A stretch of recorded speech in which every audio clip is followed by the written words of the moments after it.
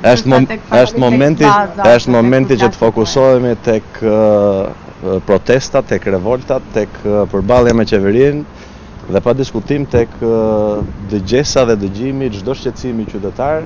Imagjinoni pasaj që duhet të dëgjojmë shumë si përfaqësues të Partisë Demokratike çdo shqetësim të çdo demokrati.